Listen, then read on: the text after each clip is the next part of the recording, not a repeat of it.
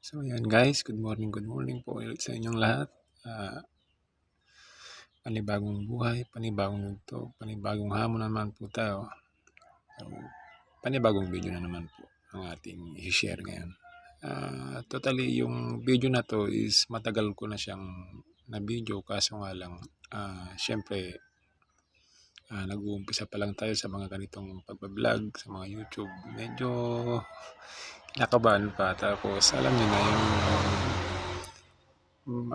mahiyain, nandun pa mga medyo hindi pa active sa mga bagay na siyempre hindi mo pa kalakaran, hindi mo pa nasusubukan. Kaya ito, sabi nga nila, wala namang masama sa mga try ka lang naman, ay wala namang mawawala. Kaya ito, sabi nga nila, wala namang masama sa mga try ka lang naman, ay wala namang mawawala. So, try lang natin.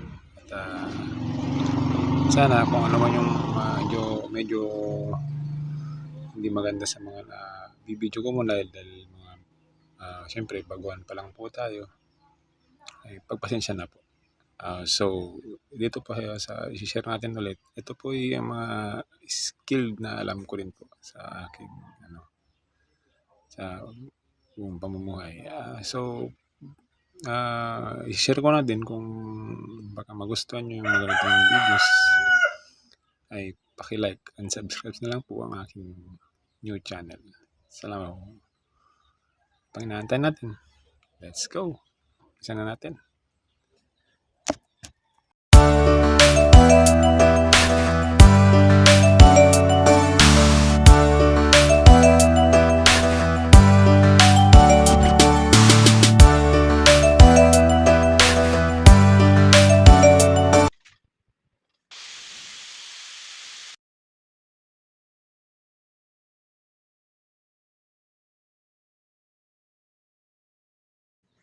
So, ayan na po guys yung ating ginagawa. Sink. Ayan pinutol po natin yan at hinahasa kasi sa kabila niyan wala siyang pabilog sa kabila. Isang side lang yung may bilog. Pabilog sa may niya, sa isang gilid. Kaya dapat nating pag pinutol, hasain. Tapos bibilog din siya para sakto rin siya sa may 45 sa kabila. Ayan. Yung pagkakabit naman, hindi naman biro yung pagkakabit dahil hindi mo naman pwedeng ikaw lang mag-isa. Kailangan dalawa kasi medyo maselan din yan at iwas dapat sa mga gasgas. Tsaka baka biglang mabali pag pinilit mong ikaw lang mag-isa. Tsaka talagang as in may kabigatan talaga yan guys. Tsaka malutong din yan pagka ikakabit mo pa lang yan, like sa pag siya nakakabit na siya kasi medyo kasi pag yan, mababasa-basa na doon natitigas yan. So ayan siya. Ayan. Iwas din sa mga mga pwedeng mabibigat pang pag kinakabit pa lang kasi medyo gasgasin yan pag una. Kailangan medyo maingat kang maingat sa pagkakabit, maingat sa mga galaw. Hindi rin biro ang although maahasa rin lang naman siya pero maproseso pa rin. Ilang oras pang kakainin. Ayan, ba't nasama yung CR dyan? Ang gulo na nagbibigay. Yan, pero ginagawa din namin ang gumagawa dyan ay si Utol, ang aking kapatid.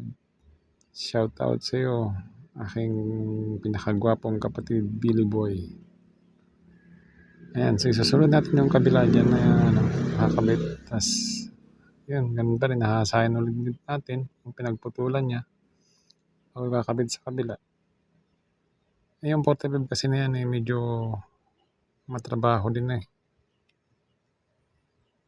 Kailangan mong straight siya talaga, tuwid na tuwid bago siya pabilogin ng hasayin mo siya ng pabilog para tugma siya dun sa may harapan ng may mga dating pabilog. Pag pinili mo kasi yan, pabilog na yung unang harap niya.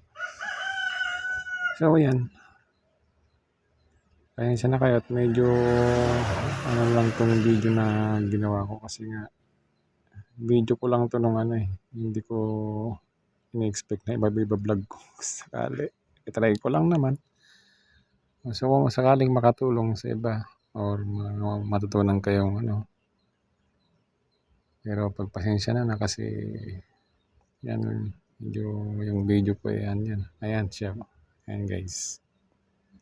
So yung wall ano pala niyan dyan sa wall niya, tiles na lang ginamit kasi pricey daw talaga yung ano, yung granite na yan. At talagang mahal, as in pricey talaga yan.